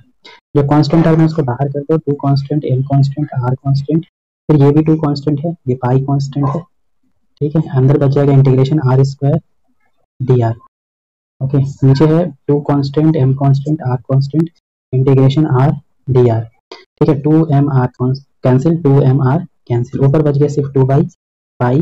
r square का इंटीग्रेशन हो जाएगा r cube by 3, limit put करोगे 0 से r, और यहाँ पर r का हो जाएगा r square by 2, limit put करोगे 0 से कैपिटल R। ये सॉल्व करके आएगा 2 बाई पाई बाई, यहाँ पर हो जाएगा r क्यूब बाई 3, और यहाँ पर हो जाएगा r स्क्वायर बाई 2। ओके, ये r स्क्वायर से या r क्यूब जो है वो कैंसिल हो जाएगा, 2 टू द 4 हो जाएगा। ओके, तो ये 4 हो गया, 4r और ये 3 पाई, 4r by 3 pi is the answer. ठीक है, इसका मतलब ये हो गया कि इसका जो सेंटर ऑफ मास है सेमी सर्कुलर डिस्क का, वो बेस से कितने हाइट पर होता है, 4r बाई 3 पाई हाइट ऊपर होता है। ठीक है, मतलब मान लो सेंटर ऑफ मास जो है वो यहाँ पर है, इसका COM बेस से कितने हाइट पर है, from the base 4r by 3 pi height ऊपर होता है। ठीक है, तो ये हो गया आपका सेंटर ऑफ मास का कोऑर्डिनेट। अगर कंप्लीट लिखना होगा centre of mass of coordinate of disc, तो लिखोगे इसका x कोऑर्डिनेट जो है अकॉर्डिंग टू फिगर 0 है, y कोऑर्डिनेट जो है 4r बाई 3 पाई है, और z कोऑर्डिनेट जो है वो 0 है। तो आपको याद क्या रखना है कि सेमी सर्कुलर डिस्क में बेस से 4r बाई 3 पाई हाइट ऊपर आपका सेंटर ऑफ मास होता है। ठीक है, और रिंग में कितने हाइट पर होता है, 2r बाई पाई हाइट पर होता है। तो दोनों वैल्यू आपको याद रखना है, 2r by pi height ring के लिए और 4r बाई 3 पाई डिस्क के लिए। ठीक है, फ्रॉम बेस बेस से कितने हाइट ऊपर, 4r बाई 3 पाई हाइट ऊपर इन केस ऑफ डिस्क। ये दो स्टैंडर्ड वैल्यू हैं जो अभी आपको याद रखना है। आगे और भी वैल्यू आएगा, उसको भी याद आप रखोगे। आज हम लोग पढ़ेंगे centre of mass of hollow hemisphere. एक अगर हॉलो हेमीस्फेयर है, ठीक है, जिसका रेडियस आर है और मास एम है, और ये एक्स एक्सिस है, ये वाई एक्सिस है, तो आपको बताना है इसका सेंटर ऑफ मास जो है वो कहाँ पर है। इसका सेंटर ऑफ मास कहाँ पर है ये फाइंड आउट करना है। अगर ये कंप्लीट स्फेयर होता, अगर ये कंप्लीट स्फेयर होता तो सिंपल सी बात है, बीच में होता है, बिल्कुल मिडिल में, सेंटर पर होता है। मगर ये हॉलो हेमीस्फेयर है, ठीक है, इसमें फाइंड आउट करेंगे। तो वही 5 स्टेप हम लोग फिर से रिपीट करेंगे। पहला स्टेप है, आपको इसके लिए लैम्डा सिग्मा या रो डिफाइन करना पड़ेगा। सेकंड स्टेप क्या है, इसमें एलिमेंट लेना पड़ेगा। थर्ड स्टेप है उस एलिमेंट का मास निकालेंगे। फोर्थ स्टेप है उस एलिमेंट का सेंटर ऑफ मास। और 5 स्टेप है फॉर्मूला यूज करेंगे, ठीक है। तो एक एक करके स्टार्ट करते हैं। अब मुझको ये बताओ, इस बॉडी के लिए क्या डिफाइन करोगे आप, लैम्डा सिग्मा या रो डिफाइन होगा। ओके, ये हॉलो हेमिस्फीयर है ना, हॉलो मतलब ये अंदर से खाली है, इसका जो टोटल मास जो डिस्ट्रीब्यूट हुआ है वो उसके एरिया पर डिस्ट्रीब्यूट हुआ है, इसलिए हम लोग इसके लिए डिफाइन करेंगे sigma. Okay, surface mass density. Sigma का वैल्यू होता है total mass upon total area. Total मास इसका एम दिया हुआ है, इसका टोटल एरिया, हॉलो हेमीस्फेयर है ये, ठीक ना, हेमीस्फेयर, इसका एरिया होता है 4 पाई आर स्क्वायर। कंप्लीट के लिए तो हाफ कर दो, तो 2 पाई आर स्क्वायर। इसको मान लो equation first step complete. Second step होता है इसमें एलिमेंट लेना। सेकंड स्टेप है एलिमेंट। अब देखो इसमें एलिमेंट कैसे लेते हैं, एलिमेंट लेना आपको याद रखना पड़ेगा। एक एक करके मैंने याद कराया हुआ आपको। रॉड में कैसे लेते हैं, एक्स पर जाकर के डी एक्स। रिंग में कैसे लेते हैं, थीटा पर जाकर के डी थीटा। डिस्क में कैसे लिया था, आर पर जाकर डी आर थिकनेस का एक रिंग बनाया था। इसमें क्या एलिमेंट लेते हैं वो देख लो आप। आपको करना क्या है, इसमें भी वही करना है, थीटा पर जाकर के एक डी थीटा का एलिमेंट लेना है, थीटा पर जाकर के डी थीटा। ओके, मगर जब ये एलिमेंट आप कट करोगे तो ये आपको इस तरह का दिखेगा, लाइक दिस। ओके, अब ये एलिमेंट देखने में कैसा होगा, तो ये एलिमेंट है अपने आप में एक रिंग। ओके, मैं आपको समझाता हूँ ये रिंग कैसे हो गया। ये रिंग है जिसका थिकनेस जो है, ओके, ये डी थीटा है, इसका थिकनेस अगर आप देखोगे तो ये है आपका आर डी थीटा, इसका थिकनेस होगा। अब देखो कैसे ये रिंग है, अगर आप इसके ऊपर वाला पोर्शन को हटा दोगे, नीचे वाले पोर्शन को हटा दोगे, तो आपको यहाँ पर देखने को मिलेगा एक रिंग, इस तरह का रिंग आपको देखने को मिलेगा, लाइक दिस। एक रिंग देखने को मिलेगा जिसका थिकनेस जो है, वो हो जाएगा आर डी थीटा के इक्वल। ये जो थिकनेस है, ओके। अब बोलोगे आर डी थीटा कैसे हो गया, सिंपल सा लॉजिक है। ये रेडियस आर है, आपने फॉर्मूला पढ़ा है, theta is equal to L by R. अगर आप इस डिस्टेंस को, थिकनेस को dx भी मान लेते हो तो कोई फर्क नहीं पड़ता है, theta is equal to L by R. Okay, इसीलिए मैंने डायरेक्ट लिख दिया dx is equal to R D theta, ठीक है। ये चीज में मैंने रिंग में भी किया था ये काम, इसीलिए। अब ये जो अपने आप में क्या बन गया, एक रिंग बन गया। इसका जो एलिमेंट है वो किस फॉर्म में, रिंग के फॉर्म में। इस रिंग का जो थिकनेस है वो आर, ओके, इस रिंग का जो थिकनेस है वो आर डी थीटा के इक्वल है। तो सेकंड स्टेप कंप्लीट हो गया। थर्ड स्टेप है इस एलिमेंट का मास निकालो। इस एलिमेंट का मास आपको निकालना है, दैट इज डीएम निकालना है। ओके, तो इसका मास कितना होगा, सिंपल सी बात है, यूनिट एरिया का मास सिग्मा है, तो इस रिंग का एरिया कितना होगा। अब देखो ये जो रिंग है, ओके, इसका आपको एरिया निकालना पड़ेगा। इस रिंग का आपको एरिया निकालना पड़ेगा, तो सबसे पहले तो इसका रेडियस पता होना चाहिए कि ये रेडियस है कितना, ठीक। फिगर देख करके आपको पता चल जाएगा इसका रेडियस है कितना। इसका रेडियस यहाँ से लेकर के यहाँ तक है, मतलब ये इसका रेडियस है। ओके, अगर आप इस ट्रायंगल को देखोगे, ये वाले ट्रायंगल को, ओके, यहाँ पर मैं अलग से ये ट्रायंगल बना देता हूँ। ओके, ये सिचुएशन ऐसा है कुछ, ठीक। ये एंगल थीटा है, ये एंगल थीटा है, ये रेडियस आर है। ओके, और आपके अकॉर्डिंग जो रेडियस है वो ये है, मतलब ये पार्ट, ये वाला पार्ट आप कह रहे हो कि ये रिंग का जो रेडियस है वो ये है, यहाँ से लेकर यहाँ तक। तो मैं कह रहा हूँ कि ये डिस्टेंस तो ये डिस्टेंस के बराबर ही होगा। ये थीटा है, ये आर है, तो ये डिस्टेंस क्या हो जाएगा, आर कॉस थीटा। ओके, तो रिंग का रेडियस क्या हो गया, आर कॉस थीटा, ठीक है। तो यहाँ पर डीएम इज इक्वल टू, अगर मैं पूछूंगा कि इनर रेडियस कितना होगा, सॉरी इनर पेरीमीटर, तो इनर पेरीमीटर होगा 2 पाई आर। 2 पाई आर की जगह लिखोगे आर कॉस थीटा। और जब आप लेंथ में किससे मल्टीप्लाई कर देते हो, थिकनेस से मल्टीप्लाई कर देते हो, तो वो आपको क्या दे देता है, लेंथ में ये आपका पार्ट क्या है, लेंथ है। ओके, और ये पार्ट क्या है, थिकनेस है। जब आप लेंथ को थिकनेस से मल्टीप्लाई कर देते हैं तो आपको मिल जाता है एरिया। ओके, तो ये हो गया कंप्लीट एरिया। ओके, एरिया को किससे मल्टीप्लाई कर दिया, सिग्मा से। सिग्मा क्या है, मास डेंसिटी। तो सॉल्व करना है तो कर लो इसको। सिग्मा का वैल्यू यहाँ पे पुट करो, M by 2 pi are square, 2 pi R cos theta R D theta. कुछ टर्म कैंसिल हो रहा है तो कर दो, आर आर, ये R square complete cancel, 2 pi 2 pi 2 pi 2 pi. Okay, तो यहाँ बचा M cos theta D theta. ये टर्म यहाँ पर रिमेनिंग हो गया, ठीक है। नेक्स्ट स्टेप, फोर्थ स्टेप क्या था, इस एलिमेंट का सेंटर ऑफ मास बताओ। इस एलिमेंट दैट इज रिंग का centre of mass, of course ring है तो इसके सेंटर ऑफ मास उसके मिडिल में होगा, यहाँ पर होगा, बिल्कुल यहाँ पर, ठीक है। तो एक्स एक्सिस में तो जीरो है, एक्स एक्सिस में तो जीरो है, वाई एक्सिस में ये हाइट है। अब ये हाइट कितना होगा, यहाँ से लेकर के यहाँ तक हाइट कितना होगा, यहाँ से लेकर हाइट वही होगा जो ये हाइट होगा। ओके, अब ये हाइट कितना होगा, थीटा के सामने वाला साइड होता है आर साइन थीटा, बहुत बार बताया, तो ये हो गया R sine theta. Z coordinate 0, बस हो गया सॉल्व।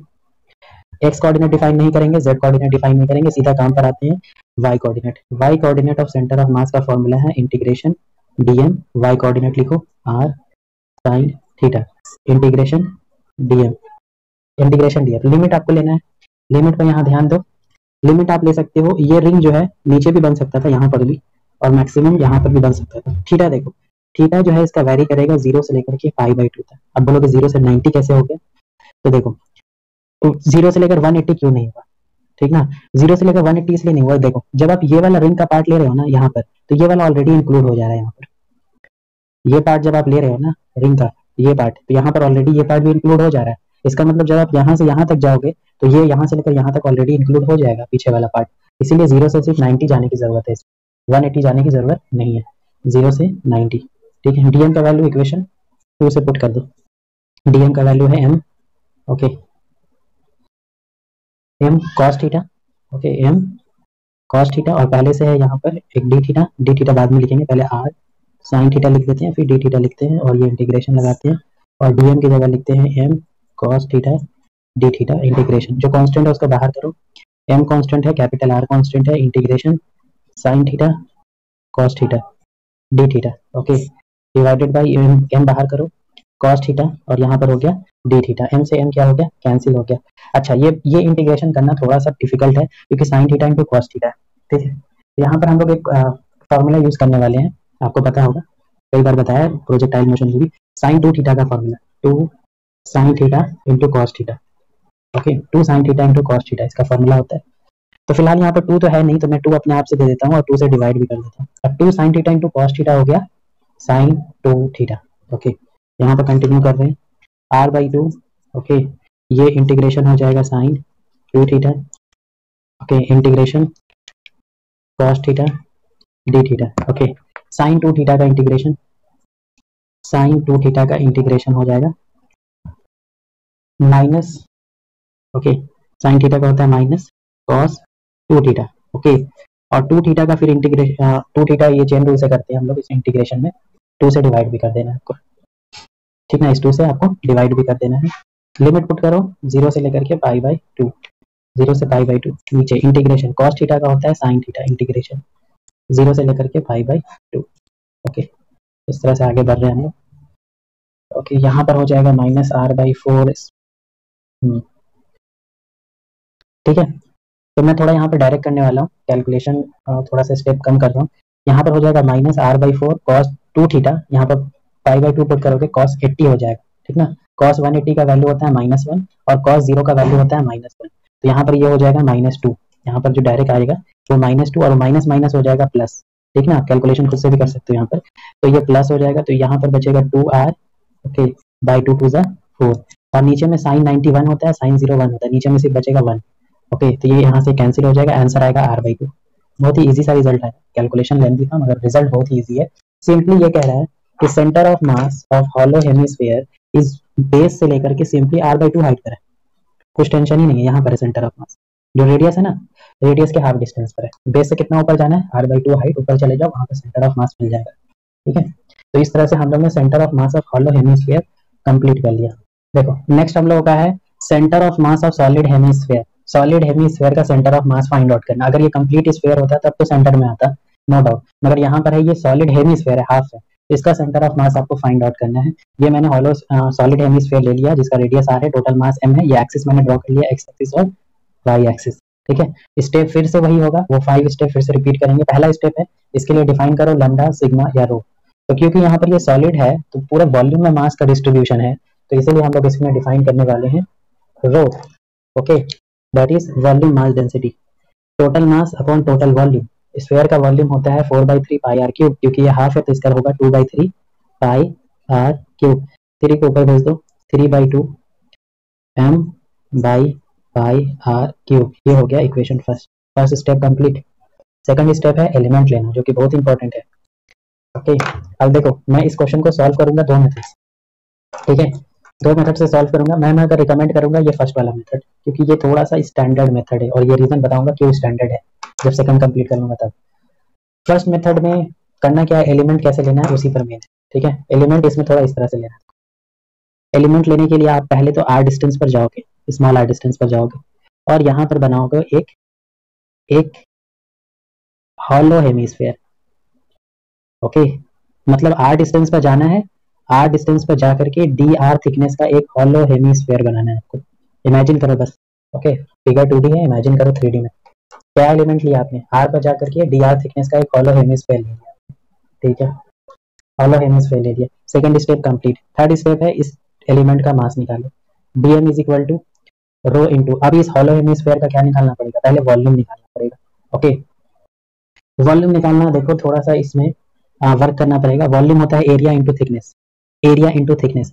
इसका इनर रेडियस कितना होता है, तो हॉलो स्फीयर का इनर रेडियस कंप्लीट का होता है 4 पाई आर स्क्वायर, तो इसका हो जाएगा 2 पाई आर स्क्वायर, 2 पाई इसका radius small R square, thickness इसका है डी आर, ओके। चलो सिग्मा का वैल्यू पुट कर देते हैं इक्वेशन फर्स्ट से, 3/2 m by pi are cube, 2 pi small R का स्क्वायर डी आर। ऐसे ज्यादा कुछ टर्म कैंसिल नहीं हो रहा, 2 पाई कैंसिल हो रहा है, 2 पाई कैंसिल कर दिया मैंने, ओके। यहाँ बचा 3m R square D R by R cube. चलो ये हो गया डीएम सॉल्व, इक्वेशन 2। फाइनली हम लोग third step complete, fourth step की तरफ बढ़ रहे हैं। इस डीएम का सेंटर ऑफ मास निकालो, इस हॉलो स्फीयर का सेंटर ऑफ मास। अभी पढ़ा हम लोग ने, हॉलो स्फीयर का r/2 पर होता है, मतलब इसका सेंटर ऑफ मास इसके r/2 पर होगा, यहाँ पर होगा r/2, मतलब x में तो 0, y में r/2, z में 0, ठीक है। बस हो गया, अब इंटीग्रेशन करने के लिए तैयार। लास्ट स्टेप है, इसके लिए सिर्फ y डिफाइन होगा, बाकी दोनों 0 है। इंटीग्रेशन डीएम, y कोऑर्डिनेट है r/2, integration DM, okay. Integration DM. अब मैं यहाँ पर थोड़ा सा आपको शॉर्ट बता देता हूँ, बार बार इंटीग्रेशन बहुत लेंथी हो रहा है, जैसे लास्ट में बहुत लेंथी हो गया था लास्ट वाले प्रूफ में, क्योंकि ये डीएम है ना, सारे डीएम को ऐड करो, सारा छोटा छोटा मास को ऐड करोगे तो आपको बड़ा वाला मास मिल जाएगा। तो ये वाला इंटीग्रेशन सॉल्व करने की अभी फिलहाल जरूरत नहीं, सीधा हम लोग इसकी जगह क्या लिख देंगे, एम लिख देंगे, कैपिटल एम। लिमिट देखो यहाँ पर, ये जो हॉलो स्फीयर बन रहा है इसका सबसे छोटा रेडियस कितना हो सकता था, 0, और सबसे बड़ा रेडियस हो सकता था r के इक्वल, ठीक है। डीएम का वैल्यू पुट कर दो इक्वेशन फर्स्ट से, इक्वेशन 2 से डीएम का वैल्यू है 3m by R cube, common है पहले ही बाहर कर लिया, अंदर बचेगा आर स्क्वायर, और ये पहले से आर है और ये पहले से 2 और ये डी आर, ओके।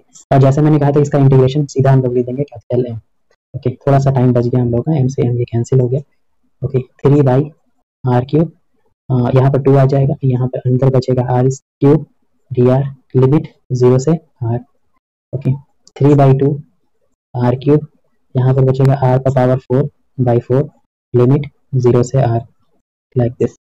बस सॉल्व हो गया। 3 बाई ये इसको बाहर 8 बाई आर क्यूब, यहाँ पर बचेगा आर पावर 4, आर का पावर 4 ये कैंसिल हो जाएगा, 3r/8, 3r/8 is the answer, okay. तो इसका सेंटर ऑफ मास कितने हाइट पर आया, बेस से कितना ऊपर जाना पड़ेगा, 3r/8 हाइट ऊपर चले जाओ, मान लो यहाँ से थोड़ा ऊपर जाओ, यहाँ पर है सेंटर ऑफ मास, COM यहाँ पर है, कितना हाइट पर, बेस से 3r/8 हाइट पर ऊपर, ओके। तो अब हम लोग फाइंड आउट करेंगे centre of mass of solid hemisphere, second method. और ये जो मेथड है वो स्टैंडर्ड मेथड नहीं है, ठीक ना, पेपर में अगर आता है तो ये मेथड यूज नहीं करना है, फिर भी मैं एक मेथड है बता देता हूँ, किसी बुक में आपको मिल सकता है ये, इसको स्टैंडर्ड क्यों नहीं कहा गया ये भी मैं आपको रीजन दे दूंगा थोड़ी देर में, ठीक है। इसमें जो मेन डिफरेंस जो है फर्स्ट मेथड और सेकंड मेथड में, मेन जो डिफरेंस है वो है एलिमेंट का डिफरेंस।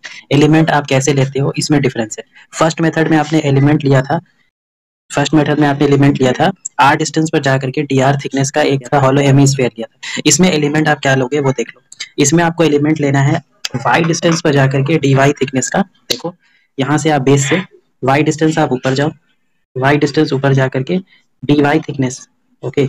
वाई डिस्टेंस पर ऊपर जाकर के डी वाई थिकनेस का ये क्या बनेगा, आप इमेजिन करो ये क्या है, ठीक है। इसका शेप आप इमेजिन करो कि कौन सा शेप बनने वाला है, बहुत ही इजी इमेजिन करना है। इसके ऊपर वाला पोर्शन को हटा दो, नीचे वाले पोर्शन को हटा दो, तो आपको मिलेगा यहाँ पर एक डिस्क।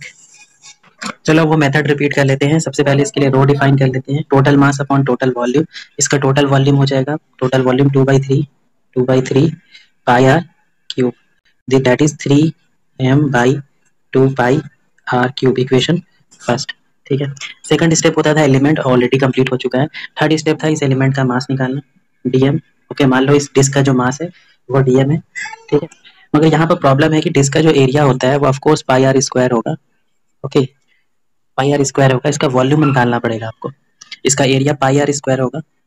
तो एक तो इसका रेडियस नहीं पता है आपको, इसका मान लो रेडियस स्मॉल आर है, ये आपको नहीं पता है, ठीक है। तो उसमें आपको रिलेशन यहाँ पर देखो आप निकाल सकते हो। अगर मैं कहूँगा कि ये डिस्टेंस जो है ये रेडियस है और सॉलिड हेमिस्फेयर का, ये रेडियस है डिस्क का, ठीक है। तो इन तीनों में रिलेशन है पाइथागोरस थ्योरम से। आप कह सकते हो r इज इक्वल टू, ये r is equal to under root R square minus Y square, ये रिलेशन का हम लोग यूज करने वाले हैं, ठीक है। तो dm इज इक्वल टू हो जाएगा rho times volume of disc, volume of disc. Okay, इसका वॉल्यूम हो जाएगा एरिया इंटू थिकनेस। इसका थिकनेस कितना है, dy थिकनेस है, ठीक है। एरिया इंटू dy इसका थिकनेस है। एरिया कितना होगा, यहाँ से लिख लेते हैं पाई आर स्क्वायर dy। यहाँ पर ये कैपिटल आर नहीं है, स्मॉल आर है, ठीक है।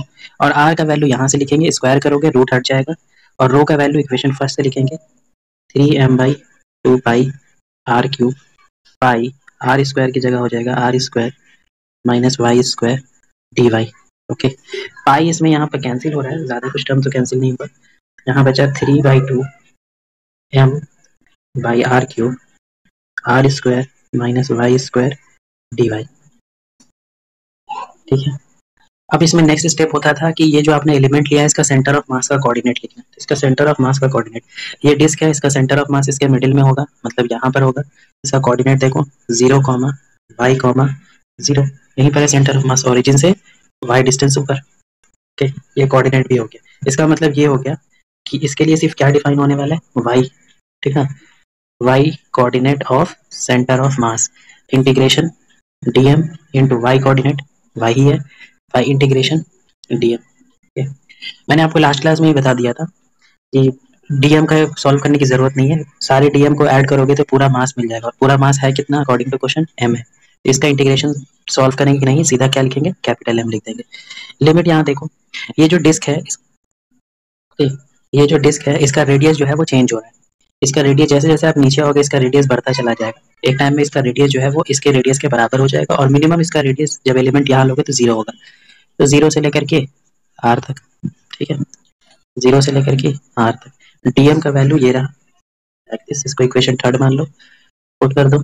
डीएम का value 3 constant, 2 constant, m constant, r cube भी constant, integration r square minus Y square और ये y dy, लिमिट 0 से r, और यहाँ इसका इंटीग्रेशन मैं डायरेक्ट लिख रहा हूँ m।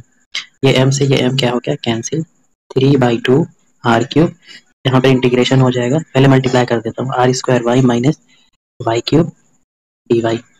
ओके, ये हो जाएगा 3/2 r क्यूब, इसको सॉल्व करते हैं तो ये r स्क्वायर, ये हो जाएगा y स्क्वायर बाई 2 माइनस ये हो जाएगा y पावर 4/4। लिमिट पुट करो 0 से r, अपर लिमिट रखो, लोअर लिमिट रखने की जरूरत नहीं है, 0 है, 2/r क्यूब। अपर लिमिट रखोगे तो ये r power 4/2 minus r power 4/4। इसमें से r/2 में से ये माइनस बचेगा तो 3/2 बाई आर क्यूब, यहाँ बचेगा r पावर 4/4, ठीक है। r क्यूब ये कैंसिल, देखो आंसर आ गया 3r/8। फिर से आंसर आपका आ जाता है 3r/8। ओके, इसका मतलब इसका जो सेंटर ऑफ मास है वो ओरिजिन से कितने हाइट ऊपर है, 3r/8 हाइट ऊपर है। यहाँ पर है मान लो सेंटर ऑफ मास। ओके, कितना हाइट ऊपर है, 3r/8 हाइट। ये हो गया आंसर। ये जो मेथड है वो स्टैंडर्ड इसलिए नहीं है क्योंकि यहाँ पर जो आप एलिमेंट ले रहे हैं वो स्टैंडर्ड नहीं है। यहाँ पर अगर आप जूम करके देखोगे ये वाले पार्ट को, तो यहाँ पर जो डिस्क बन रहा है ये एक्चुअली डिस्क का शेप जो है, क्रॉस सेक्शन एरिया जो है वो कुछ इस टाइप का इंक्लाइंड है, ठीक ना। और इस क्वेश्चन को सॉल्व करने के लिए आपने ऐसा माना ही नहीं, आपने ये माना कि मेरा जो डिस्क है उसका जो थिकनेस है वो बिल्कुल फ्लैट है। ओके, फ्लैट थिकनेस है, और कितना आपने माना थिकनेस dy। मगर जब आप इसको कट करोगे तो आपको भी पता है कि क्रॉस सेक्शनल एरिया जो है वो बिल्कुल फ्लैट नहीं आएगा, क्रॉस सेक्शनल एरिया जो है वो ऐसे आएगा, ये ऐसे, लाइक दिस, ठीक है। तो इसका मतलब आप ये वाले पोर्शन को जो है वो नेग्लेक्ट कर रहे हो, ये वाले पोर्शन को आप नेग्लेक्ट कर रहे हो, ये वाला एक्स्ट्रा पोर्शन को आप नेग्लेक्ट कर रहे हो, दैट्स व्हाई ये स्टैंडर्ड नहीं है, ठीक है, ये रीजन है। देखो नेक्स्ट हम लोग का है centre of mass of solid cone. Solid cone का सेंटर ऑफ मास बताना है। ये अगर सॉलिड कोन है जिसका रेडियस r है और मास m है, और ये इसका एक्सिस है, ठीक है, ये x एक्सिस है और ये y एक्सिस है, तो इसमें आपको बताना है कि इस सॉलिड कोन का सेंटर ऑफ मास कहाँ होता है। तो इसमें भी 5 स्टेप हम लोग रिपीट करने के लिए तैयार है। पहला स्टेप था, इसके लिए डिफाइन करो मास डेंसिटी, क्योंकि ये सॉलिड कौन है, इसके लिए डिफाइन होगा रो, ठीक ना। Rho is equal to total mass upon total volume. Total mass जो है वो m है, और कोन का जो वॉल्यूम होता है वो होता है 1/3 पाई आर स्क्वायर, और इसका जो हाइट है वो है कैपिटल H। ये मैंने लिख लिया, तो ये वैल्यू आ जाएगा 3m by pi are square H, equation first. Second step है एलिमेंट लेना। एलिमेंट हम लोग इसमें लेंगे, वैसे ही लेंगे, देखो इससे जो है वो वाई डिस्टेंस ऊपर जाएंगे बेस से। ओके, बेस से आपको वाई डिस्टेंस ऊपर जा करके यहाँ पर एक एलिमेंट ले लेना है लाइक दिस। ओके, और इस एलिमेंट का जो थिकनेस है वो आप मान लो dy, ठीक है। ये एलिमेंट का के बारे में अगर 3D में सोचोगे तो यहाँ पर बनेगा एक डिस्क। ओके, ये इस टाइप का एक डिस्क आपको मिल जाएगा। इस डिस्क का जो रेडियस है, इस डिस्क के रेडियस को आप मान लो, रेडियस जो है वो r है, स्मॉल r, ठीक। नेक्स्ट होता है इसमें स्टेप, इसका मास फाइंड आउट करना, ठीक है। तो dm is equal to rho into element का वॉल्यूम कितना होगा, तो एलिमेंट का एरिया कितना है पाई आर स्क्वायर, इसका थिकनेस कितना है dy, ठीक है। फिर से आपको रिलेशन नहीं पता है कोई भी, आर और इस कैपिटल आर में कोई रिलेशन फाइंड आउट करना पड़ेगा, ठीक ना। एक्चुअली प्रॉब्लम इसमें ये हो गया कि इसमें दो वेरिएबल्स इन्वॉल्व हो गए इस डेरिवेशन में। पहली बार एक तो y भी चेंज कर रहा है, जैसे जैसे आप एलिमेंट को ऊपर लोगे y चेंज करेगा, जैसे जैसे ये एलिमेंट ऊपर जाएगा तो रेडियस भी चेंज होगा, ठीक है। इसमें दो वेरिएबल्स इन्वॉल्व हो गए, तो वेरिएबल्स को कम करने के लिए हमको रिलेशन चाहिए r y कैपिटल H और स्मॉल कैपिटल H और कैपिटल R के बीच में, ठीक ना। अगर कोई रिलेशन मिल जाएगा तो थोड़े वेरिएबल्स कम हो जाएंगे, तो सॉल्व करना इजी हो जाएगा। आपने सिमिलर ट्रायंगल का कॉन्सेप्ट देखा है, अगर आप ये ट्रायंगल को देखो, ये वाला ट्रायंगल छोटा वाला ये, ओके, और ये एक बड़ा वाला ट्रायंगल लाइक दिस, ये दोनों ट्रायंगल क्या है, सिमिलर। तो अगर ये सिमिलर है तो इसका मतलब r बाई कैपिटल R का value, r by capital R का वैल्यू, ये हाइट कितना है, तो ये कंप्लीट हाइट h है, और ये हाइट जो है वो y है, तो ये हाइट हो जाएगा h माइनस y, ओके। और ये कंप्लीट हाइट कितना है h, तो आप चाहो तो यहाँ से जो है वैल्यू निकाल सकते हो। अब यहाँ से वैल्यू निकाल लो, r का जो वैल्यू होगा r is equal to r times h minus y by h, इसका हम लोग यूज करेंगे, ठीक है। यहाँ देखो रो बाई आर स्क्वायर, इसका आर स्क्वायर करो, तो r square h minus Y का whole square by h square, ठीक है। इक्वेशन फर्स्ट से जो है वो रो का वैल्यू पुट कर दो। ऑफकोर्स थोड़ा सा कैलकुलेटिव होगा ये, मगर आप मैनेज कर सकते हो। 3m by pi are square h, यहाँ से वैल्यू रखो पाई, यहाँ पर बहुत सारे टर्म्स कैंसिल होने वाले हैं, इसीलिए थोड़ा इजी हो जाएगा, बाई h स्क्वायर। देखो कंप्लीट पाई आर स्क्वायर से पाई आर स्क्वायर पूरा कैंसिल हो गया, तो यहाँ पर जो आपको टर्म रिमेनिंग बच रहा है वो है सिर्फ 3m h माइनस वाई का whole square by h cube. Next step होता था इसका कोऑर्डिनेट निकालना, इस एलिमेंट का कोऑर्डिनेट, तो क्योंकि ये डिस्क है तो बहुत इजी है, बीच में होगा, सेंटर में होगा बिल्कुल यहाँ पर, तो इसका कोऑर्डिनेट हो गया, इसका कोऑर्डिनेट हो गया 0, कॉमा ये हाइट कितना है y, और z में कितना है 0, ठीक। लास्ट स्टेप y डिफाइन कर लेते हैं इसका, y coordinate of centre of mass of solid कौन, इंटीग्रेशन करेंगे dm y कोऑर्डिनेट के साथ, y कोऑर्डिनेट y है, इंटीग्रेशन dm। यहाँ देखो, यहाँ पर जो एक टर्म है dy, वो यहाँ पर मिस हो गया था, तो मैं लिख देता हूँ dy, यहाँ पर dy मिसिंग था, ये dy, ठीक है। चलो dm का वैल्यू जो है यहाँ पर पुट कर देते हैं, dm का वैल्यू यहाँ से पुट करेंगे, 3 कांस्टेंट है, m कांस्टेंट है, h क्यूब जो है कांस्टेंट है, h माइनस y का होल स्क्वायर है, और ये y पहले से है, और ये dy, integration, okay, integration dm, ठीक है। अब यहाँ पर जो एलिमेंट लेना है वो देखो, आपका जो वेरिएबल टर्म्स यहाँ आया है वो रेडियस नहीं आया, वो क्या आया y जो है वो वेरिएबल्स आया, y को देखो फिगर में, y का वैल्यू कितना से कितना हो सकता है वो आप देख लो। जब ये एलिमेंट नीचे लेकर आओगे तो y का वैल्यू जो है वो घटता चला जाएगा, और बिल्कुल बेस पर एलिमेंट रहेगा तो 0 हो जाएगा, और जब ये एलिमेंट जो है वो बिल्कुल हाइट पर चला जाएगा तो इस y का वैल्यू बढ़ते बढ़ते बढ़ते h के इक्वल हो जाएगा। इसका मतलब इसका जो लिमिट होगा 0 से लेकर के जो है वो h तक होगा, 0 से लेकर के h तक, ठीक है। 3 इसका इंटीग्रेशन सॉल्व करके कितना आएगा, कैपिटल M आ जाएगा, ठीक है। और उस M से ये वाला M जो है वो कैंसिल भी हो जाएगा, तो मैं थोड़ा स्टेप यहाँ पर स्किप कर रहा हूँ।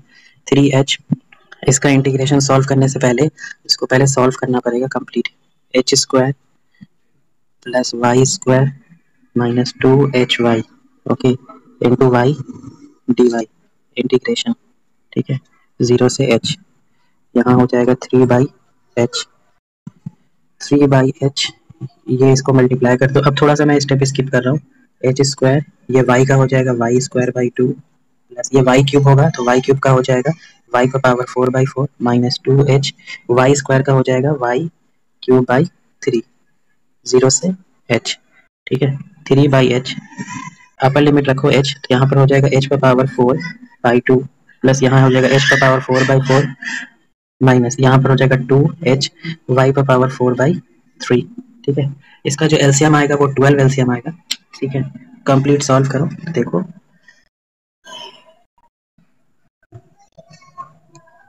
3/h एलसीएम जो है वो 12 आ गया इसका, 6h का पावर 4 प्लस 3h का पावर 4 माइनस 4h का पावर 4 डिवाइडेड बाई 12।